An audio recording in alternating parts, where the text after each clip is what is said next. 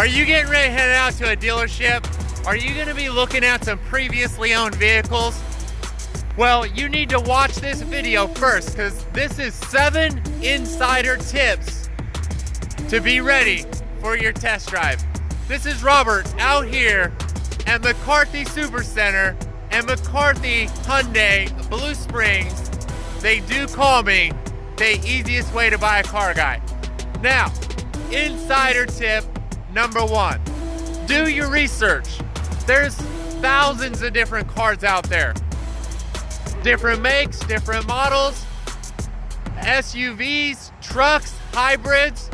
Do a little bit of research. How are you going to be driving the vehicle?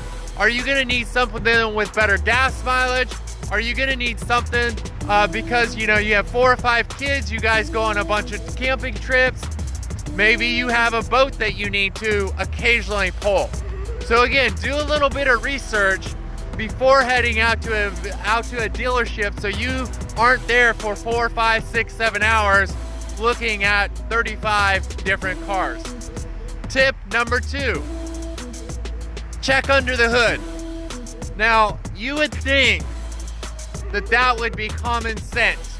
You'd be surprised how many people don't even know where the windshield wiper fluid goes. Now, there are manufacturers out there that will take the battery and hide it in the trunk. They'll put it in a fender. It's like, where'd they put it? So it's always a good idea to look under the hood so you know if you need to check the oil, if you need to add windshield wiper fluid to it, if you need a jump start, where those things are at. It's also going to allow you to see how clean the vehicle is.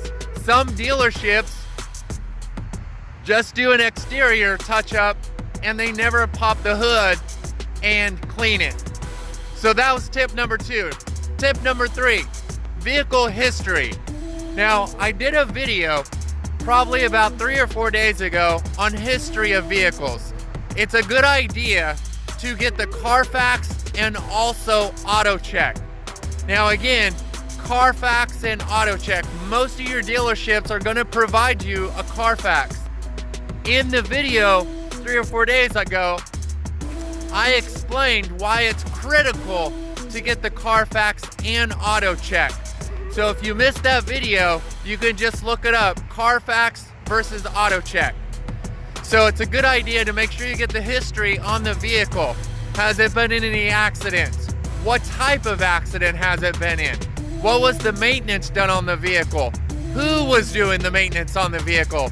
Was it Bob's Bargain Barn that's never worked on, a Mercedes before? If that's what you're looking at, make sure who's been doing the service on the vehicle actually know what they're doing. So again, that was tip number 3. Tip number 4, get a mechanic to take a look at it. If you are a little leery, possible from a dealership that's not real reputable or not well known, say, hey, I want to take it to my local mechanic to get checked out. Now, for a dealership to say, no, you can't do that, or, oh, we don't offer that, that could be a red flag immediately that you just be like, wow, they don't want me to take it to a mechanic. Here, we're open to it. We're more than happy to let you take it for a day or two, to take it to your local mechanic to see what they tell you. So that was tip number 4. Tip number 5, try all the safety features. A lot of the vehicles these days have safety features like blind spot warning, intelligent cruise control, adaptive cruise control, whatever you want to call it. Rear cross traffic alert, all those type of safety features, test them out, make sure they all work. You want to make sure that those work before you get down the road, 2 or 3 days or 2 or 3 weeks and they don't work. So that was tip number 5. Tip number 6, take it up on the highway. Take it on the highway, get it up to 65, 70 miles per hour. If you start feeling a bunch of shimmying, you know, if the steering wheel is just vibrating, you know, crazy back and forth, I'd be a little leery. You know, make sure everything runs properly. If it takes a really long time, you know, to get up to 65, 70 miles per hour, that could be another indicator that there's something going on. So that was tip number 6. Tip number 7, check for recalls. Yeah, check for some recalls. No, check for recalls. So there's sites out there that you can actually take the VIN number and you could put the VIN number on, you know, and check for recalls. Again, on the Carfax Auto Check, most of the time it's going to tell you about those recalls.